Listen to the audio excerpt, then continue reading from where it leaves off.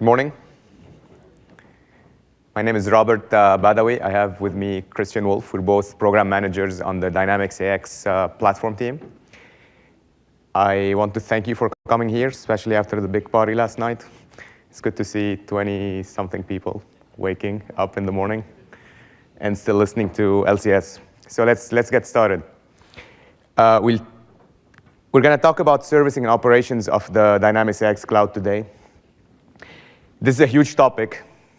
So we're going to focus, we're going to focus on two main areas: how to update your cloud instances, and also how to look at monitoring and diagnostics. As you know, in servicing, there are many scenarios and there are many people involved. So this first slide describes to you, it's a summary of basically who does what in this world of Dynamics AX Cloud servicing. Basically, the customer and the partner are in charge of the users and the applications. So anything related to users assigned to role, security role, user administration, it's the IT admin of the customer or the partner themselves. Also, they're in charge of developing the application, developing the business processes, monitoring and managing sandbox environment, not production environment. They're also in charge of integrating third-party ISV solutions and managing any updates to the application that happen on their dev boxes and sandbox environment. So in summary, this is, in the servicing world, this is all in the hands of the customer or the partner. On the other side of the slide, this is what Microsoft will do for you. We're going to manage the application platform. So we have 24 hours, 7 days a week monitoring and diagnostics of the application. We actually do application routing, load balancing, site replication, database management, high availability, data recovery, and anything related to scaling up and scaling down. It's all Microsoft's job right now. We also are managing the infrastructure, security and isolation, operating systems, servers, storage, networking, data center, et cetera, et cetera, et cetera. So this is a new world for Dynamics AX because a lot of the things on the right side were also managed by partners for a long time.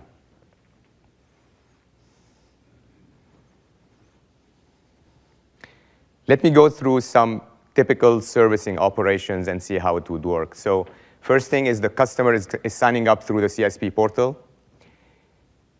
And then after the offer is created, an automatic LCS implementation project is created for that customer. So this is basically a summary how sign-up occurs.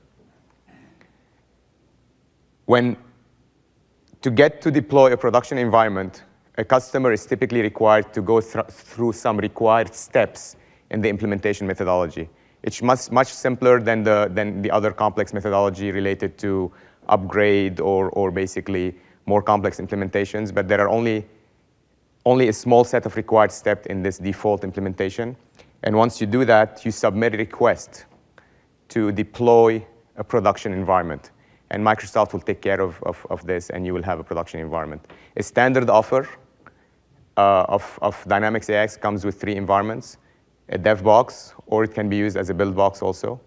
It's sandbox tier 2 environment, which you can think of it as your UAT or as your pre-prod environment, and the production environment that you get to once you finish your testing and you finish basically the required steps of the methodology.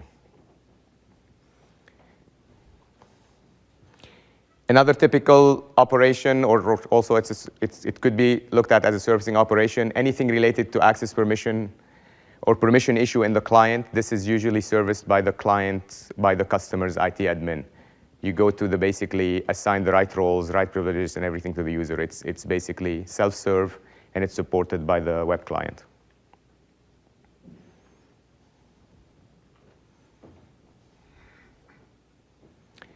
Now, when hotfixes come, who is responsible for applying them? The customer and the partner is responsible for applying hotfixes to development and staging environment, and is also responsible for testing them.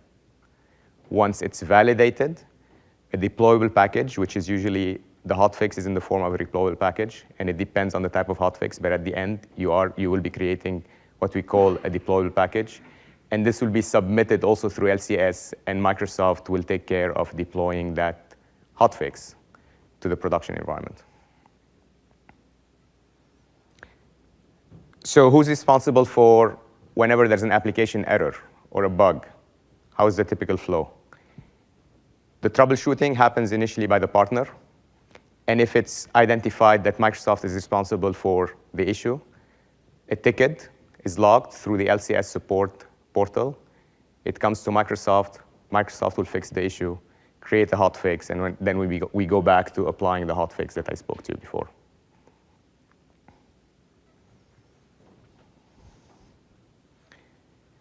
There's also a type of proactive hotfixes that we will be pushing, things related to security, connection failures, and so on.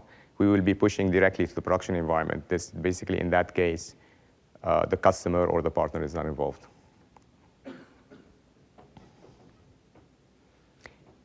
Another scenario that basically we are also taking care of as Microsoft is planned OS updates. It's invisible to you. It's abstracted basically from your daily operations. This is managed by Microsoft via a maintenance window that is basically communicated to the customer, and the OS update will be applied. Now, if there's an issue in the custom code, so for example, you're running an ISV or a VAR solution, it will be the customer who will work with the ISV to create this fix. The customer will create will create a ticket also via LCS. It will go to the partner. The partner has access to the customer project. The partner will fix the bug, or the developer of the customer if they're developing in-house. And then eventually, when you have a deployable package that fixes the problem, you submit it to Microsoft, and it deploys it to your production. So as you can see, there's a common theme here. Everything outside of the production environment is taken care of by the customer and the partner. Everything within the production environment, Microsoft is taking care of. This is a sample end-to-end flow. The customer reports an issue through the X client. So you're using just the regular X client. You can report there's an issue. The IT admin gets notified, or in some cases, the partner. Then they use tools in LCS, and they start troubleshooting. We're going to have a demo about that, about troubleshooting basically some common problems, especially in performance and so on, correct? Christian is going to show this. Then once the root cause is found, you can use LCS issue search to find if it's a known issue. If it's a known issue, you'll get the hotfix.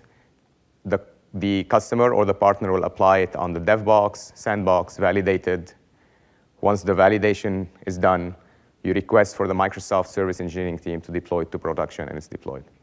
So this is a typical end-to-end flow of basically when a problem occurs. Obviously, a variant flow would be the issue is not known. It's not found on LCS. It will be reported to Microsoft. Microsoft will issue the hotfix. Then it is on LCS, and the flow will continue the same way it is here. I'm going to switch now to Christian. He's going to talk about monitoring and diagnostics, which is really rich features that we added to LCS in the X7 timeframe. And then we'll go back to updates at the end, and I'll show a demo. All right. Thanks, Robert. Yeah, some of you have probably seen my session yesterday, and there's a little bit of repeat in there from yesterday's session. I'll try to feed in a few new things, kind of. But you know, we're all a little lazy, so if we have good slides, we use them, right? If you're a great demo, well, we replay it sometimes. So what I want to show you today is how you basically can understand the health of your system just using LCS. So yesterday in my demo, I talked end-to-end performance troubleshooting, where I say, hey, if you have just an issue right now, you can use PerfTimer, you can use different tools. And if that doesn't work, you can go into LCS. And if that doesn't work, well, you can still do old school things like tracing. Excuse me. Today, I want to show you more the basic framework which LCS is using. And I will show you a little more, okay, all the health metrics. Yesterday, everything was very much centered on performance. Today, I show you a little bit more around the topic. Now, the first things first. To understand what to use when and how LCS and diagnostics works is to understand how the architecture works. So essentially, we have like 3 different paths to monitoring. So we call one thing the hot path. In the hot path, we say, Whatever you do, it must be like happening right now. Like the user reports an issue, you're with him on the phone, and then you can go in and you have some monitors, and I'm going to show you these monitors in probably 2-3 minutes from now. Then we have the warm path. So the warm path we take from our telemetry. If you look on the screen over here, we say Kusto. Kusto essentially is our data store, where we store our telemetry data for up to 4 weeks, and every 4 weeks, basically, we just override from the back. So you can go back in history till up to 4 weeks with LCS at any point in time, and we expose basically the Kusto logs to you. That is called raw logs, and I'm going to show you that too. And then we have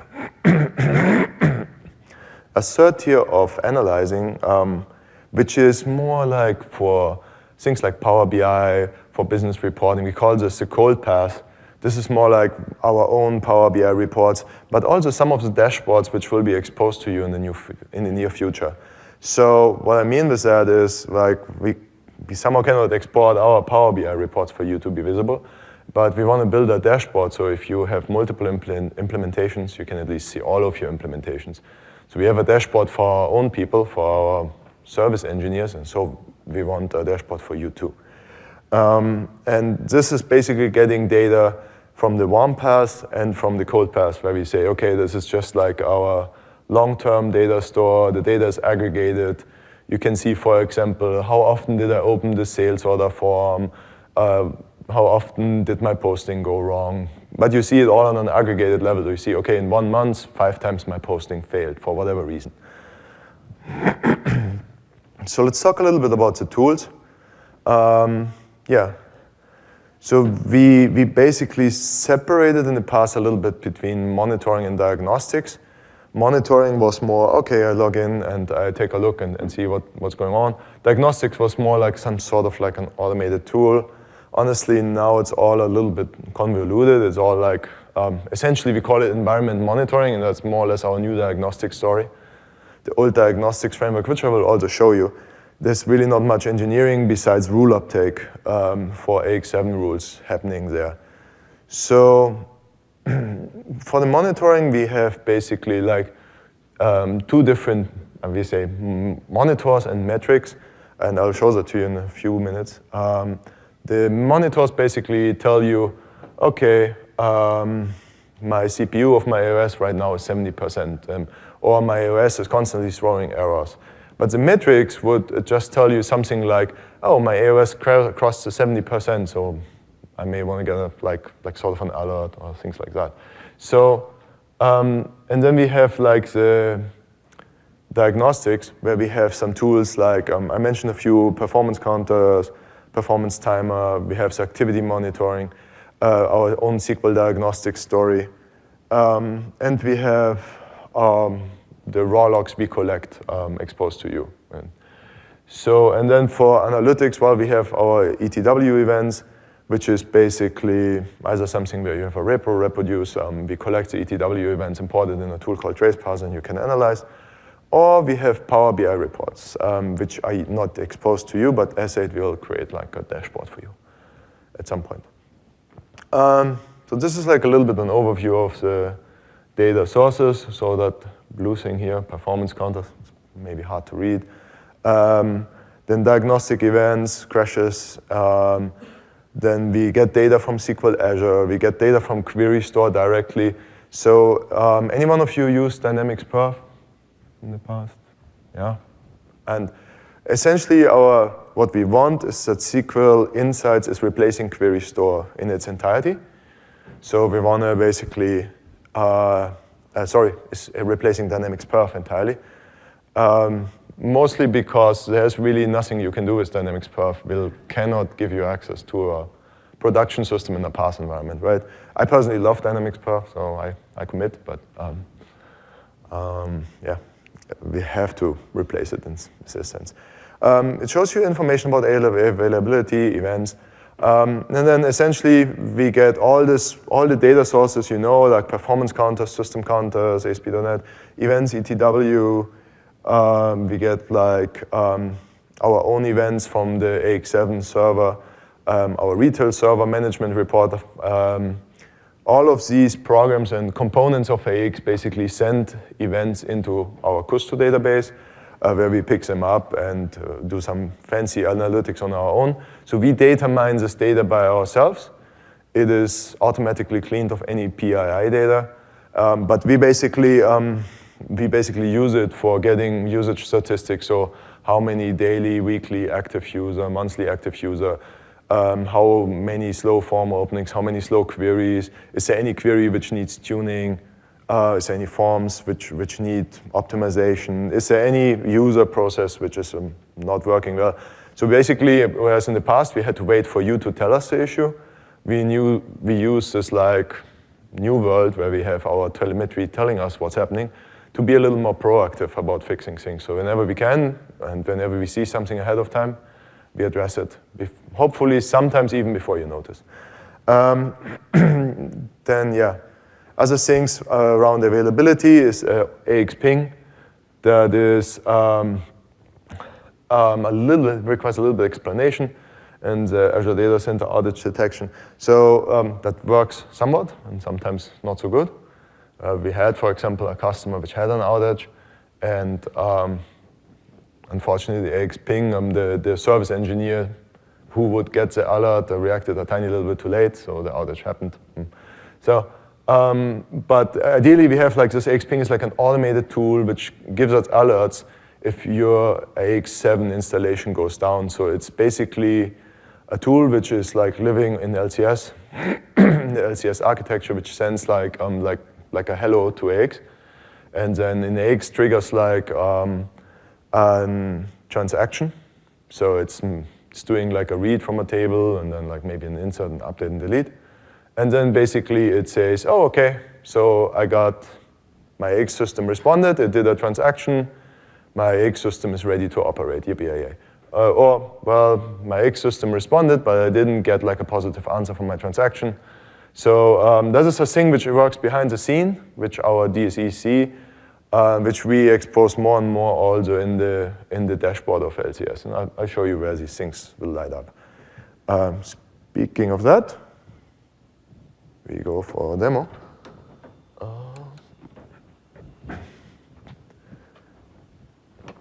So in LCS,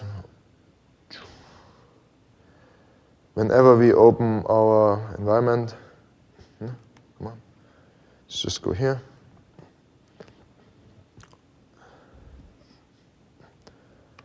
Let's open our demo project. That's a little bit slow.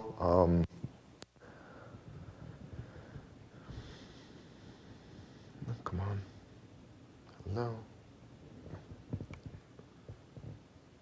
Oh, here we go.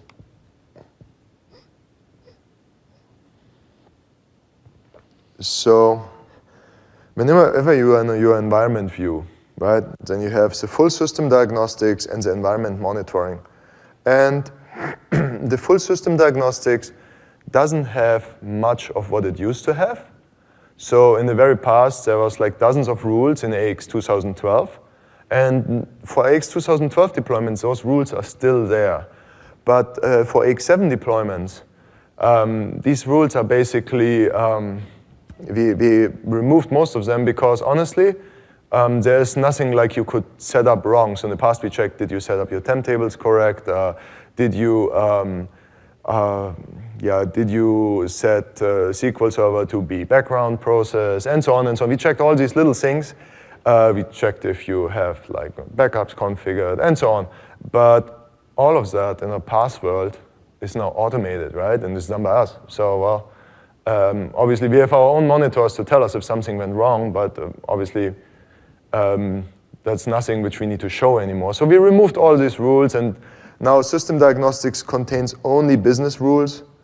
And basically, the old diagnostics framework, all what we do there is adding business rules over time. Like if something with your GL account structure is wrong or things like that, you would see that this is basically the basic dashboard of it, showing you like, okay, how many successful jobs did I run? Is there any errors I need to tend to? Then you can go to messages, which tells you basically everything what was going on. And that would show only the failed jobs, but after everything passes, I can only show that.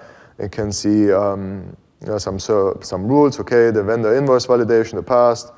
The AOS is configured as load balancer. The auto update statistics is disabled. These are actually 2 old rules. For whatever reason, they haven't been removed. These are more rules which you actually don't even care about. How this diagnostics framework works.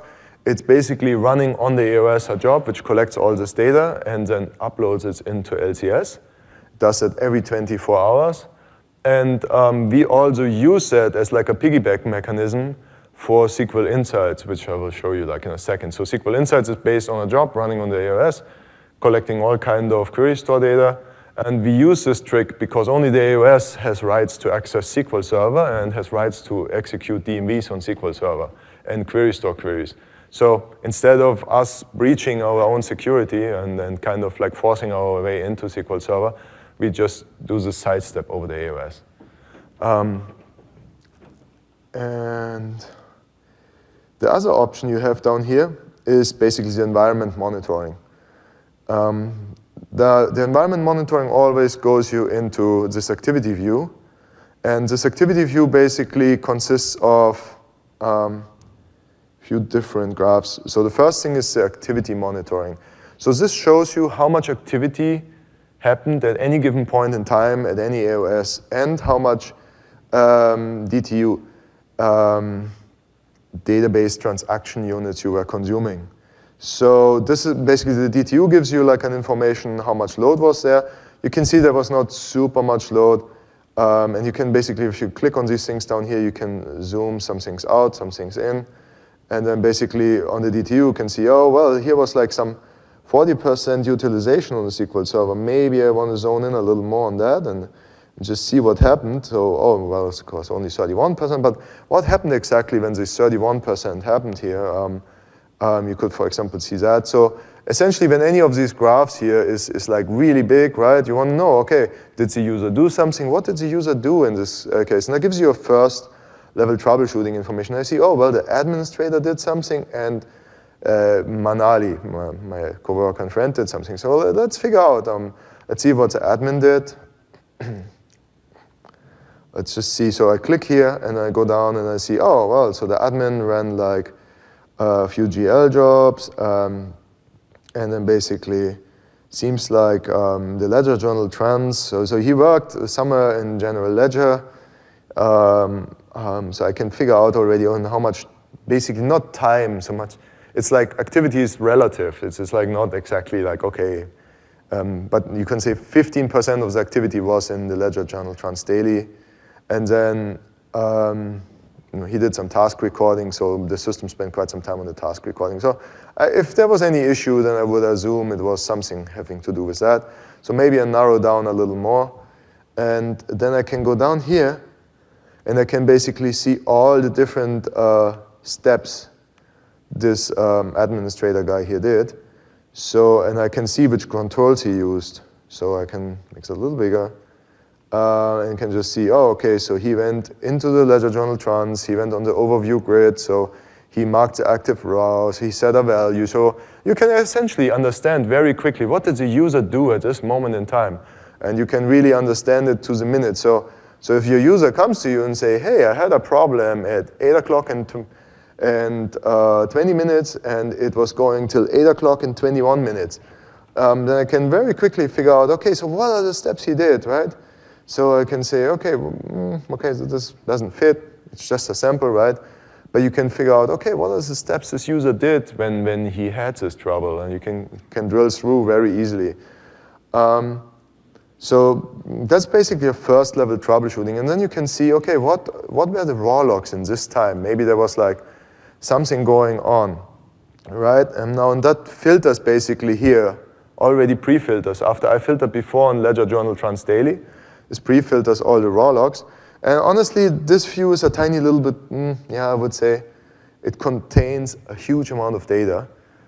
So it's not so easy to basically go through that without really knowing what you look for. But there's a way to export that. I think, or worse, you can also even just copy it. It's actually the CSV export. That's down here, I guess. Yeah, export grid. So basically, you can anytime export that, and if you want to really analyze these raw logs, right, there might be a few hundred rows in there. You probably export it to, with this export grid feature to just get like a little bit a better view of it. And then, so there's many other things. I can just look for, okay, in the given time frame, what were the error events? What was going on in here? And it just shows me all the errors. I can go here and can say, was there any slow queries in the given time frame? And, well, and I get the slow queries with call stacks. We track everything which is slower than 100 milliseconds for you. Then there's slow interactions, any interactions which is slower than 100 milliseconds. If you have a retail client, it will track these events too. So it's pretty powerful. It gives you like very good first level information. So obviously we have no retail clients, so we got an error here, right? Slow interactions. Important AX has no results. That's good. It would also tell you, for example, if a batch job is throttled for whatever reason. It would show you if there was a crash.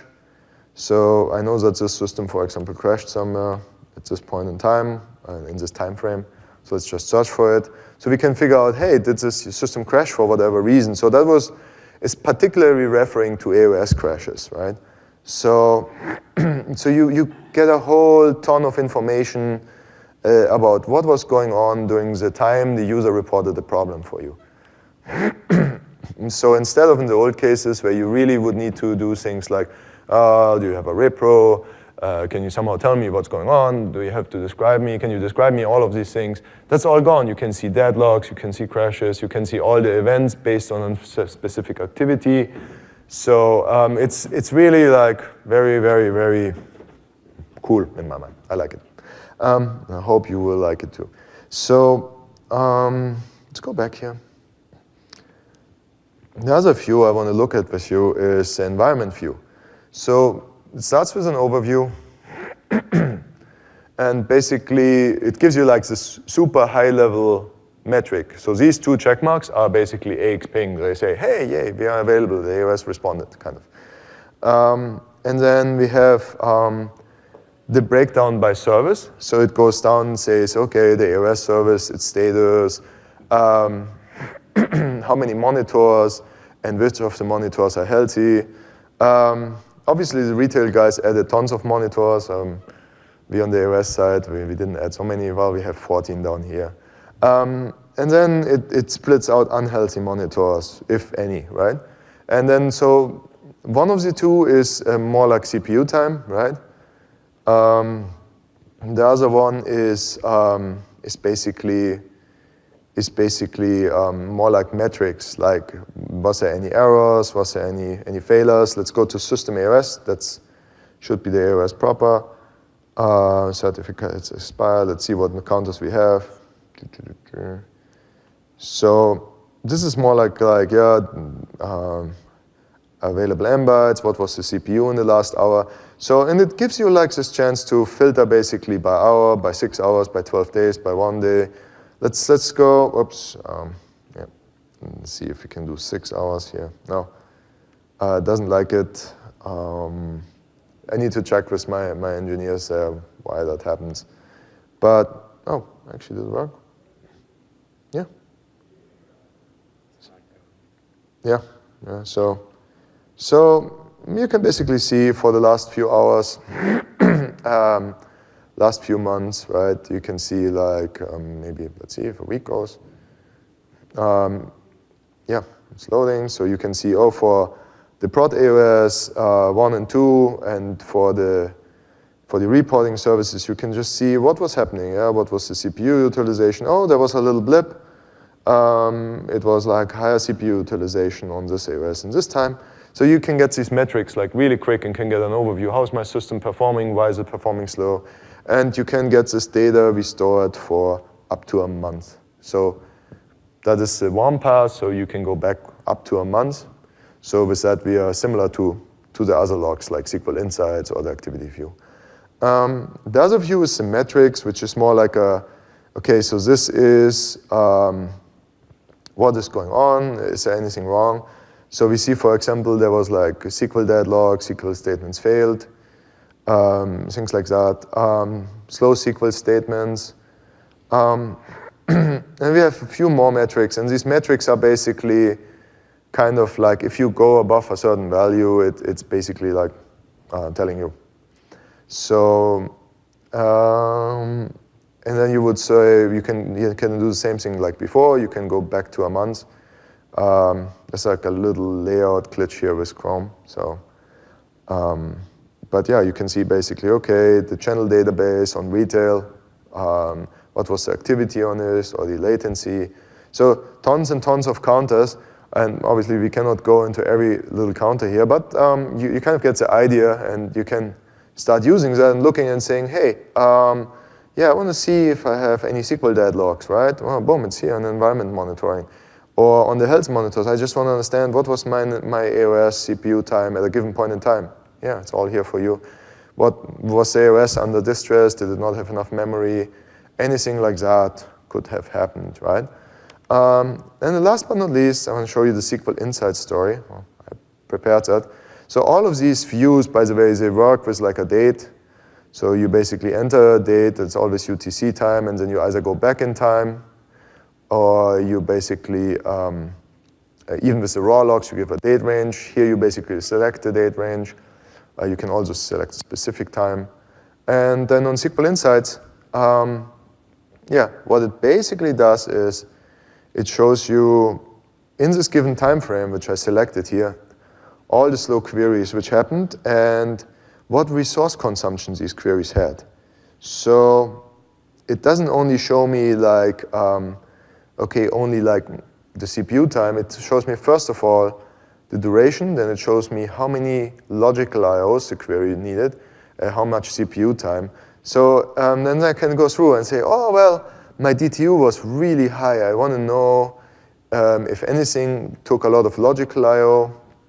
Let's check that. Well, go here. Always takes a little while.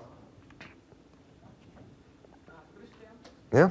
Just while you're working on that small question, does it also work for tier 1 environment, like all-in-one demo boxes, or is it only for tier 2? Can you repeat your question, please? So this detailed system monitoring environment, Yeah. does it work in the same way for tier 1 environments, like all-in-one demo boxes? Oh, no, it works. I'm not sure at this point. It probably doesn't even work for Sandbox. It works only for prod. Only for production? It might work for Sandbox. It would be neat to have it at least for like tier 2 sandbox that you can test. For the Sandbox, it should work as far as I remember. Okay. Don't quote me on it. But let me know if it doesn't, because I think it should. Okay.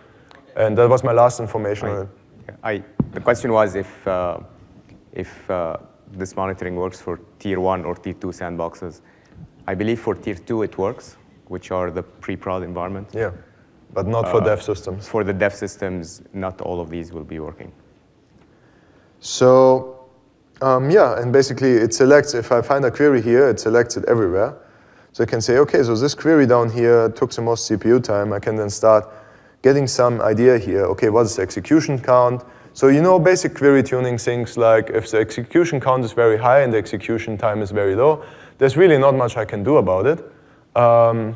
Then I need to go into the code, into the logic, and figure out how I can tune this query. And then there is basically also the option to download the query plan. And yeah. And then we have index analysis. In the index analysis, you can basically go through and you can understand, okay, is there any index basically either having a lot of user scans, user seeks, user updates, so any of that going on, and you can basically drill down into the table and can understand, well, maybe I have a table which is growing very fast, so the row count is going up very rapidly. Then I can go down and can see this, this table and can get all the indexes from a table and see. I can start investigating what is going on. essentially. And some of the things here are good for if your system's data is growing very fast, it gives you a good idea what's going on, where to start archiving or optimizing. Some other things like user scans, user seeks can tell you if you have inefficient access patterns. One thing I forgot here on performance metrics is that you have always you have the trend view and you have the SQL statement itself. So the trend view is basically showing you how did this particular query behave over time. So it's like a pretty powerful tool. And then SQL now is at just in time, so that would be hot path. So everything what's running in the system right now, if there would be a query executed, you would see it here. If there would be something blocking, you would see it here. So that is just right now, and you can basically refresh it, and we'll always go to the current date and then show you what's going on. So that's basically for the demo part.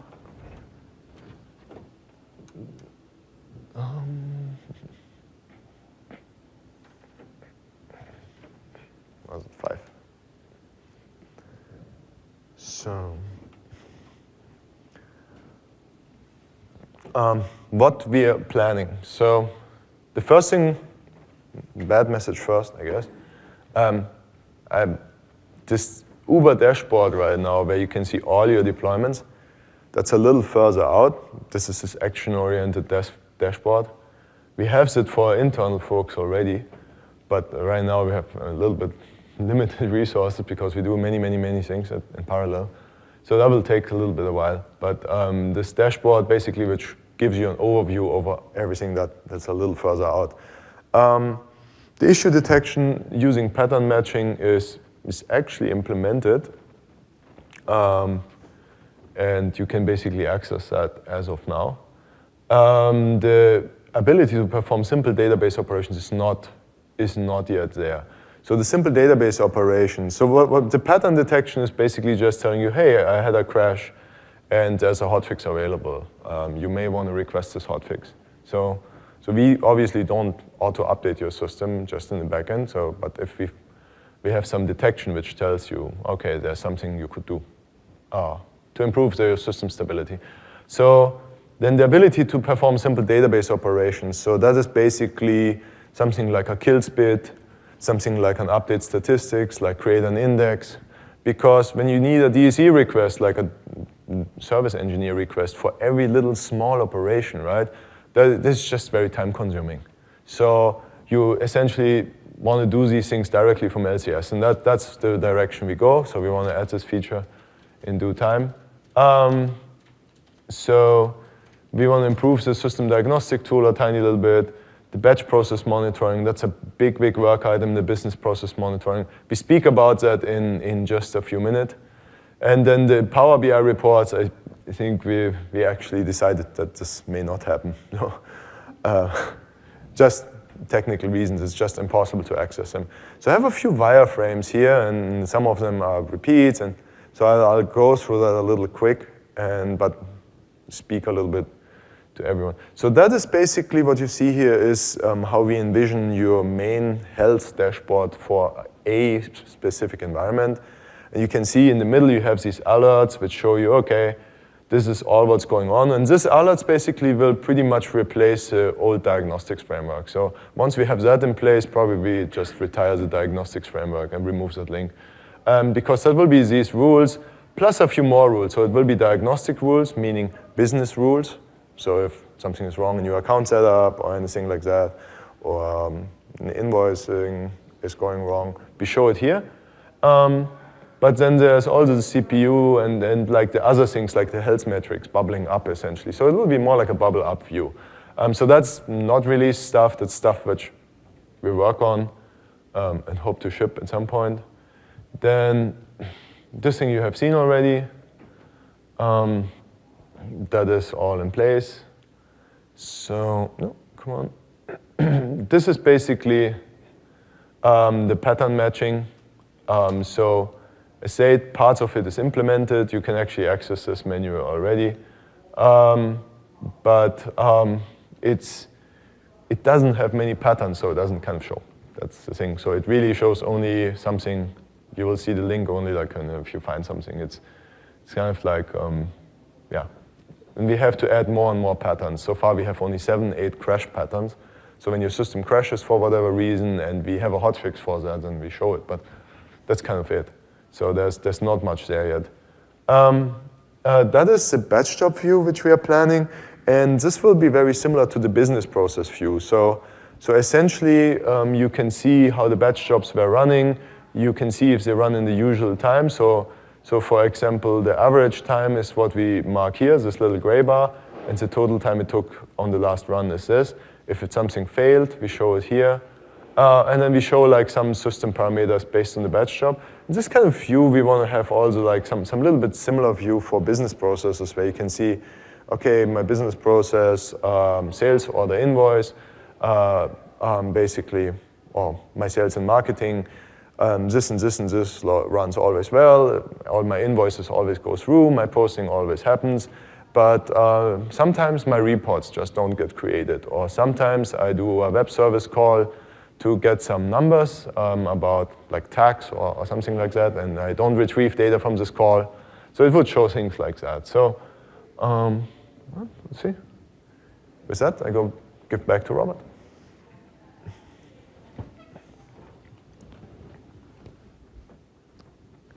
Actually, have time to take a couple of questions, if you'd like, on monitoring before we proceed to the next topic. Okay, no questions? Let's keep going. Good. So the second area I want to dig a little deeper into today related to operations and servicing is how to update your environments. For those who came to the Tuesday LM session, there's a lot of intersection here. We were focusing more on the developer side of things. Here we're focusing on environments that are already live and you are servicing them. But the tools and the vehicles are actually very similar.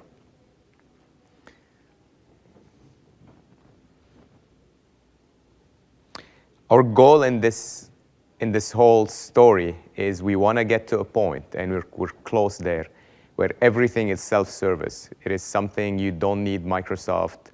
You don't need to call Microsoft. You don't need to submit requests to Microsoft to achieve it. So you should be able to update, refresh, and service your environment. And you only have to call our service engineering team by exception. So this is our goal, and this is all the resources and all the engineering efforts we're doing are going towards this goal. So I basically like to start with this slide to basically just show a vision where we're heading. So a lot of the things that you are seeing today that require you to create requests with the dynamic service engineering team are the things that will start going away, and less scenarios will be achieved by Microsoft, and they'll be basically achieved in a self-serve fashion via LCS. So what are the types of updates you can do to your environments? You obviously can customize your application. So any customizations or extensions you have to the environment, they go via updates. There are also platform updates. Platform updates are things like critical security fixes, hot fixes, or moving to a new platform of Dynamics AX. Like, for example, from the May release of the platform to the August release, which is called Update 2. And very soon, that's coming Update 3. And just a quick thing here about the platform. And many of you already know if you have been in touch with us over this year, the platform is being locked from customization.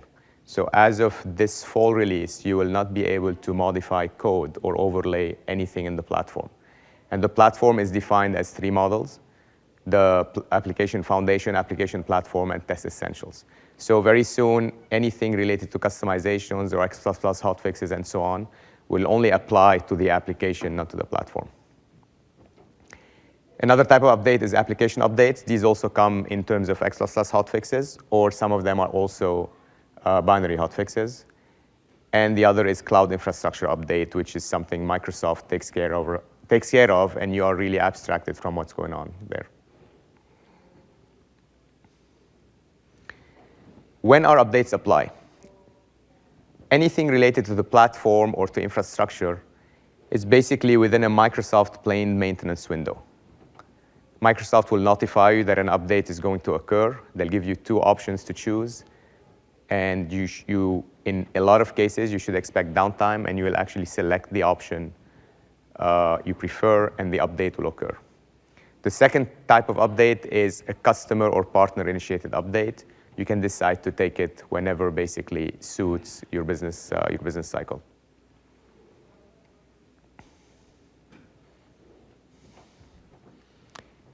So for example, these are the types of updates to the platform. You can have a hotfix to the platform. Today, you can have an X++ hotfix to the platform, like we make a small change to our X++ code or metadata. Or you can also have a binary hotfix to the platform, which is assemblies and so on, the kernel and so on that need to be updated. As I mentioned, as of the fall release, we will not be issuing any X++ hotfixes to the platform anymore. So what is the expected action? Microsoft will publish the hotfix. It will be on LCS. And it is the job of the customer or the partner to update that, uptake that hotfix and apply it to the sandbox environment. Eventually, when it's validated, it will go to the production environment. The goal of platform hotfixes is to be within the Microsoft planned window. We don't have it like this today, but soon in the future, anything related to platform, once this idea that the platform as a binary has stabilized and has sunk in, and we have all our customer outside of the overlaying of the platform, you can think of the whole platform to be, the updates to the platform to be Microsoft managed. So every month, or we give you a month or 2 or 3 or maybe less, depending on the size of the hotfix, to say you will be updated with the new platform. Critical security updates are also another type of platform hotfix. These are Microsoft planned. They're Microsoft planned today, and you'll be notified when these will happen. A platform update which is similar to a hotfix update, to a hotfix to the platform, it will also be Microsoft planned. This is, for example, the difference between this and a hotfix. A hotfix, you will have a smaller window to uptake it. It'll be like a particular performance fix or something critical in the platform that needs to be fixed. A platform update, a full platform update, is basically almost like an upgrade to the new version of the platform. We will have a platform released every 3 months. If we continue on the current cycle, we're releasing a new platform every month. And at a certain point, you will have to uptake the new platform. And it will basically move your environment from platform update 2, for example, to platform update 3 to 4, and so on, and et cetera. We are moving to a world where you don't need to upgrade your application to have the latest and greatest AX platform.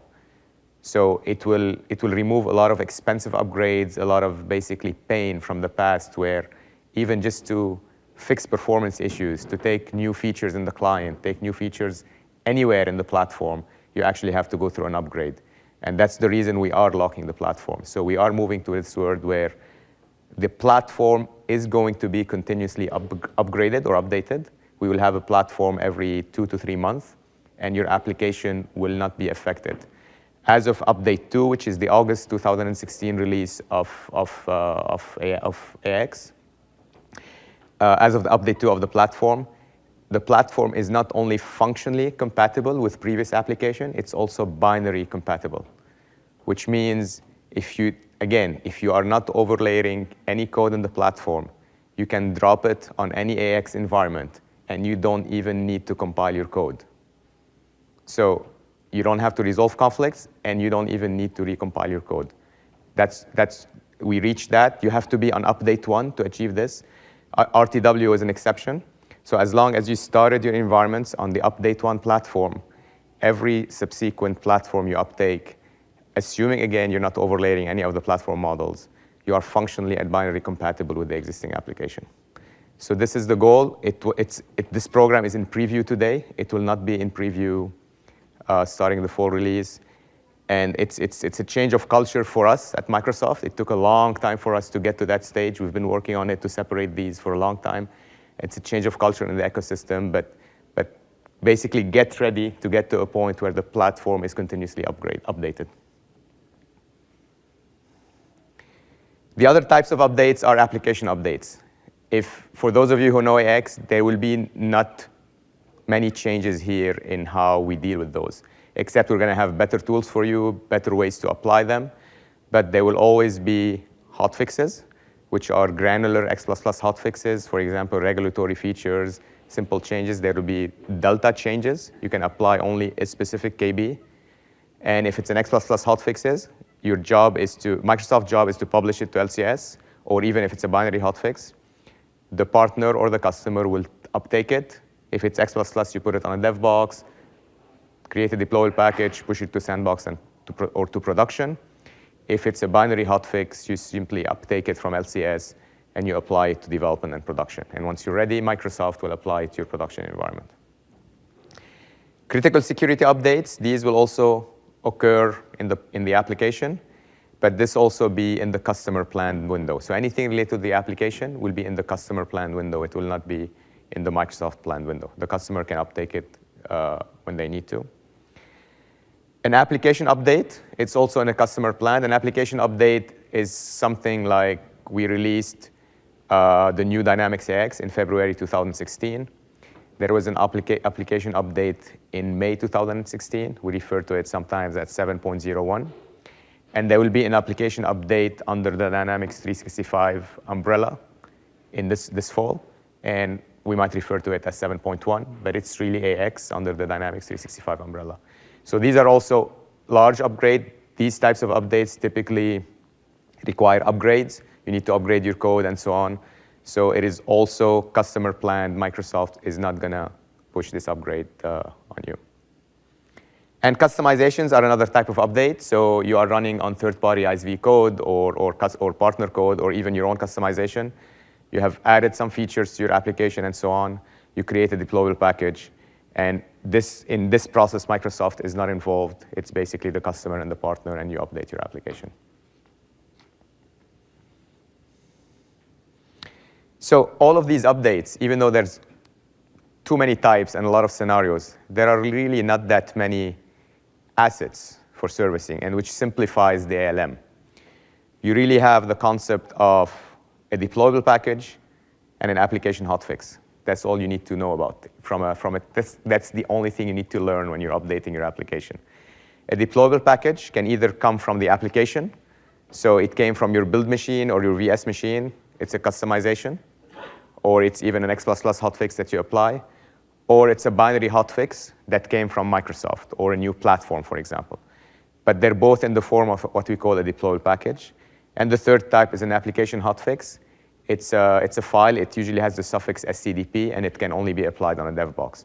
So even though we have so many scenarios, and we support different scenarios in the whole servicing area, you only have to know about 2 types of packages to deal with, because you deal with them the same way via LCS.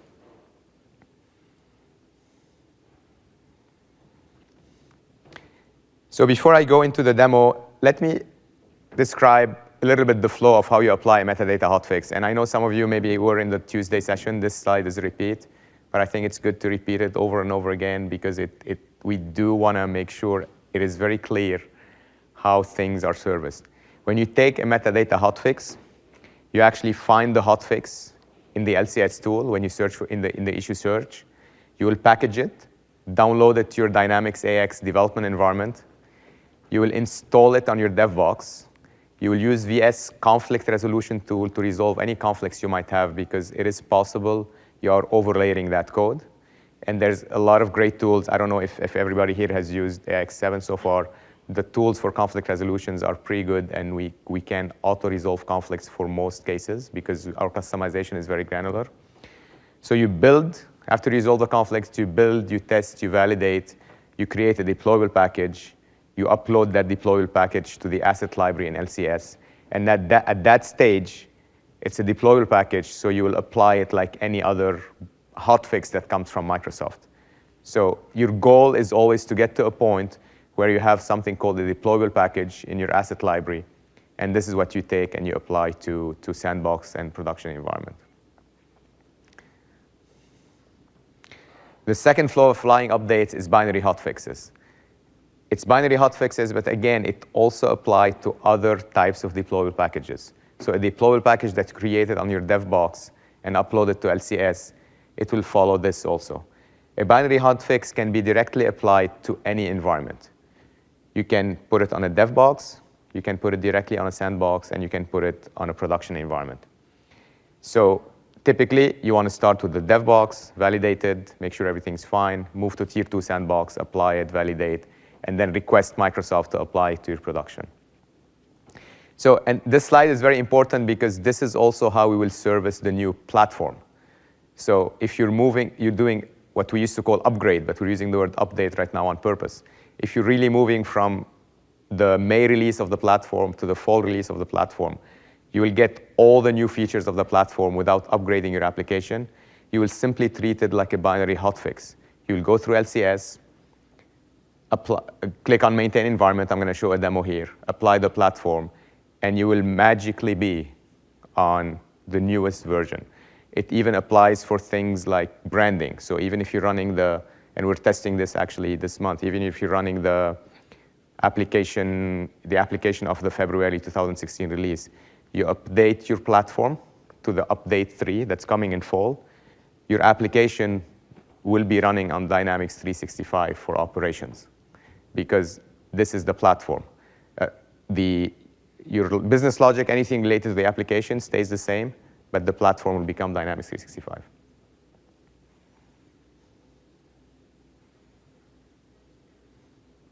Any questions? I have a small demo to show, but I can take some questions. And I appreciate it if you guys come to the microphone because we got feedback that a lot of people are listening to the sessions later on and they can't hear the questions. Yeah. I have a question. So when you apply the binary hotfix but then you recompile the source code, how does it not overwrite the binary hotfix for the platform? When you apply the binary, can you specify the scenario a little bit more? Because today in the dev environment, when you create the deployable software package, it's compiling the platform. It's compiling the source code as part of that. So correct. How do you update your dev environment so that it doesn't revert you back to the old platform? I'm not sure I understand your question. Once you update your platform, the platform comes as a deployable package that includes DAOS and other binaries, and the 3 models, application platform, application foundation, and test essentials. So if you apply this on your machine, on any machine, if you have other packages that are running on this environment that depend on the platform, they will keep running. Basically, there's nothing more than that in what I was saying before. So obviously, if you create another deployable package of your application, when you create your deployable package, you should not select the platform. You just create a deployable package of your code, and you would only create a deployable package of your application code, which would not compile the platform. And you would only do that if you're making a change to your application. So obviously, if you are making a change to your application, you still have to compile your application and create a deployable package. But what I was stressing on is, if you are not making any changes to your code, applying a new platform will not require you to recompile your code. Did I answer your question? I think so. I think you're saying that the software deployable package no longer has to include all of the packages. It only has to include the ones that have changed. It is the case today. I know most people don't follow this practice, but it is the case today. When you create a software deployable package, you are only required to select the packages that actually where code has changed. Yeah. So from a servicing downtime perspective, you said that there's Microsoft planned downtime and then customer planned downtime. So if the customer has planned downtime for an application update, can those be applied by Microsoft during the Microsoft planned downtime to kind of reduce the number of downtimes for the customer? I don't want to say yes right away because there's a lot of downtime related to OS and infrastructure that will not be basically related to updating the Dynamics service. But I don't see why this couldn't be planned. Correct. So basically, if Microsoft tells you, I am planning downtime this afternoon for 2 hours on your application, do you accept that downtime? You would say, yeah, that's great. Here's an extra package, and also apply it. You probably could take advantage of that time. I don't know how seamless this communication is, but that's actually a good way to think about it, and then I'll take note of that.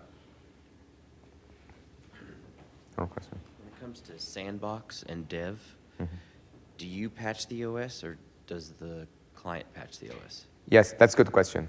In terms of Sandbox and Dev, things that are running in the Microsoft offering, which is all customers, we will be updating the AOS, the operating system, correct.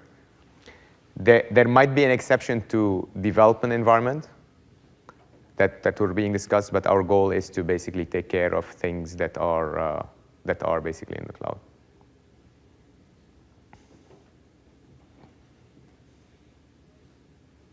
Dev environments are always tricky. That's why I put a big warning here. But the Sandbox, Tier 2, and production, it will be.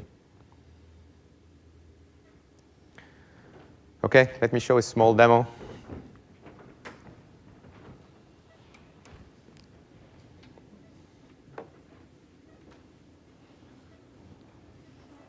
My laptop went to sleep.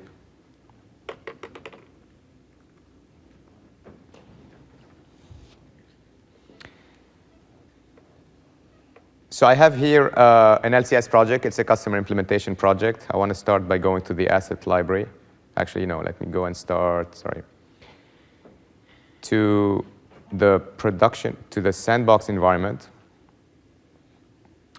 And what I did, just for the interest of time, I applied a package, a binary hotfix in this case, to my Sandbox environment. And it ran, and it basically went through all the steps. If for those of you who onboarded AX7 for a while, these are the steps you used to do when you actually go and RDP to the box and install the deployable package and so on. This is now available via LCS. So I did that before this demo. And I'm assuming right now my customer, I'm a partner here, went and validated and said, yes, it's good. That package is good. My Sandbox worked fine. I'm going to sign off.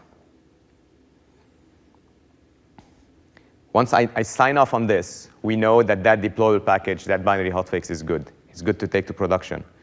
And if you actually go here and go to the asset library,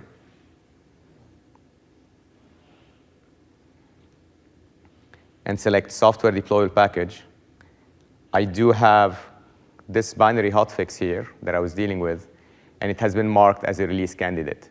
So whenever you sign off on a binary hotfix in LCS, in your Sandbox or pre-prod environment, it will be marked as a release candidate. So this will allow it to appear in the available hotfixes for your production environment. So this way, it will basically force a certain flow before you actually can apply any binary hotfix to a production environment. So I go right now here. This is my production environment, and this is the LCS environment page of my production environment. It's obviously, I'm not logged onto the AX client here. I'm going to click Maintain, Apply Update. And what you see is the different types of updates we have: binary hotfix, application deployable package, retail deployable package, and merge package. All of these are different types of deployable package. They're really all deployable package. And merge package is basically, if you get packages from different sources, you can using the asset library to merge them into one package. This way, instead of having 2 downtimes, you have actually 1 downtime. Because usually, the size of the deployable package does not affect much your downtime. A lot of the downtime required is because of DB sync and other overhead on top of applying a package. So I'm going to select binary hotfix here. And the binary hotfix that I just marked as a release candidate is appearing here. Only the ones that are release candidates will appear in this list. And I'll say schedule. The reason I'm not saying apply here because I'm not in control of the production environment. This request is going to our service engineering team, and you schedule when you want to apply it, sometime between 12 and 5. You confirm, and you click yes. So it's our main goal right now, and a lot of our engineering resources are going into reducing how long it takes to apply that package. Currently, it's between 1.5 hours and 2 hours. We think it's too slow, and I think everybody agrees it's too slow. It's better than it used to be. It used to be 3 to 4 hours. But our goal is to get to a point where the downtime by applying a deployable package, regardless the size, is reduced to something acceptable and minimal. Our ultimate goal is no downtime, but I'm not promising it right now. I'm saying we are going to be working on, a lot of our engineers are going to be working on this problem, how to upgrade a production environment or a sandbox environment with much, much reduced downtime. And we know where the bottlenecks are, and this is where we're focusing on. A good bottleneck, for example, is DB sync, because we have to do DB sync every time we update the binaries. So let me switch back so we don't have to wait for the guys on our service engineering team, because I know everybody wants to go back home this afternoon, to the presentation and show you what happens when this is done. 5.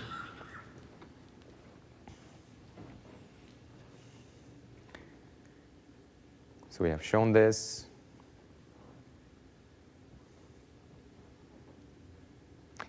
While the environment is servicing, which it is today, eventually you'll get notified that it's done.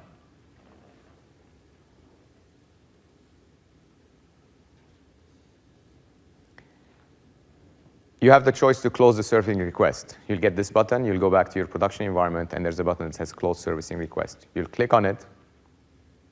And by the way, you can see this chat box where you can actually communicate with the service engineer. You can just put a message and save and so on. Once you close the service request, you can just say it's succeeded, but you don't want to totally close it and sign off. You might want to put some comments, or you can directly sign off. You'll select the sign-off date, you'll put a comment, you hit submit, and then your environment is live again. So it's happening right now. I don't think it'll be done before the session, but basically this is the flow. And the good thing about this flow is, regardless of the scenario, this is the way you apply hotfixes. This is basically the only thing you need to learn, and this is the main interaction between you, the system, and eventually the service engineers of Microsoft. Future enhancements we're planning, we want to support rollback. Currently, with applying a deployable package, we only support roll forward, so we'll help you. If you have problems in application of this package, we will make sure it gets applied. This is what the service engineering does, so the environment stays in a good shape. But we are planning a rollback. It's coming over the next couple of cycles of LCS, where you can roll back whatever deployed package you have done. The good news about the rollback is one of the things that take a long time when you apply deployed package is saving the state of your current VM to apply that rollback. We are already doing that, so all the Lego pieces are ready for us to start supporting rollback. And it will be available for you via LCS soon. We're also going to have a little bit more streamlined approach of applying updates from dev test to sandbox to production that is more self-serve. Right now, there are a lot of things where you have to download things. Sometimes your deployable packages come from a build box. You have to download it, put it on the asset library, and so on. Just there are these little finishing touches to make the flow even more productive. We're going to be working on this. As I said again, applying updates with reduced downtime is one of the highest priority items that our engineers are working on. Add automated systems to validate environment health post-updates. So not all the sign-off is actually manual. Improving troubleshooting experience when applying updates as well. Currently, it's actually pretty good. You have a lot of information there. So for example, I didn't show that in the demo. When you apply a hotfix, there's a place where you can download the logs. So it goes actually to the machine, and it downloads the log. So in case something goes wrong, they're very, very sophisticated log and have a lot of information. In more than 95% of cases, actually, we found out what the problem is by looking at the log. What we want to do is make these logs a little more readable, a little more accessible via LCS. And also some more automated flows for other requests, such as sandbox refresh, database backup, et cetera, through LCS. So, and this is actually coming, sandbox refresh is coming, I believe, in the November release of LCS, where currently the way it happens, you have to file an issue through the support tab. You say, I want to refresh my sandbox, and you get the production database, and it'll be basically copied to your sandbox. This is going to be more self-service. You don't have to wait for the SE. It'll basically go to the environment. You say maintain, like for example, the sandbox, and you say copy databases. You'll select the source database, like could be your production. You'll select your target environment. It'll be your sandbox, and it'll copy your database from production to sandbox. You'll be able to use that flow also to copy from sandbox to production only for first-time go-lives. So let's say your sandbox is actually your pre-prod gold config, and you're done configuring it with data packages, and you're ready to go live with it. You don't have to rebuild your production data, your production environment with the configuration data. You will go and say, I want to copy the databases, and you will go live with your pre-prod, and it'll be moved to production. So this is something we're working on today, and I think you'll be seeing it soon in LCS. And yes, that's it. These are the main items that you will see coming soon over the next couple of cycles in LCS. Some related sessions, they all occurred already. That's why I realized I had the time there, but I realized it's kind of useless to put the time of the session, so I erased it from the slide. But since all of these sessions are available for you to watch, if you missed any of those, you can go ahead and watch them.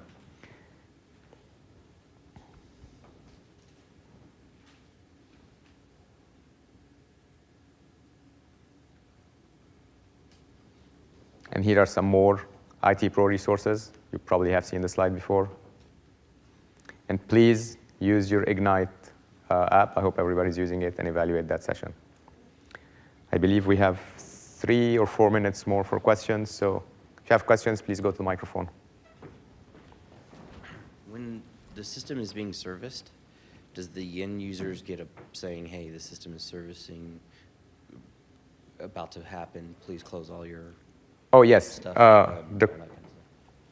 The question is, if the system is being serviced, do we notify end users? Yes, the SE will send emails that the system there's plain maintenance on this system. So they have to log on. There is currently no automatic, I believe actually, there is no automatic signing off of users or draining of users and so on, but they will be notified that there is planned downtime, yeah. I have a question about production and sandbox backups. Like how often do you backup databases, and is it possible, let's say, to request, let's say we screwed up in the production system and I would like to roll back to, let's say, 5 years back, 5 hours back version of the production database, would it be possible somehow? Yes, it is a request we support directly via LCS. So, and it's actually thanks to SQL Azure. I don't know if any of you're talking about rolling back the data, correct? Anytime. Yes, just data Yes. for a specific time in the past. Correct, yeah, this is supported already. I didn't mention it. If any of you have used SQL Azure and have gone to the SQL Azure portal, it is so easy, it's scary. There's a slider, actually. You go there and you just go back in time, and then your database. So this is what this is the tool that our service engineers are using. So basically, we don't need to kind of configure anything additionally, and all these updates, all the logs you are kept. don't need to do. What I don't remember, though, is if you get 1 week or 1 month by default. I think you get 1 week. But yeah, you don't need to configure anything. Yeah. Is that the whole database, or can you just do tables in the database? The question is if that's the whole database or tables. No, it's the whole database. Okay.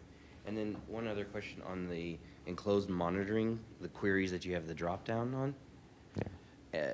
Can you add stuff to that, or is it a request to you guys to add to that list of what I'd like to see on monitoring? Can you cover that, Christian? What was the question? Well, can you repeat the question, please? The enclosed monitoring queries that you have, like deadlocks and all that. Yeah. Can you add to that list, or is that a request to you guys? That would be a request to us, yeah. So. Okay. All right. So. Okay, right on time. Thanks, everybody, and everybody have a nice weekend. And Safe travels. Safe travels.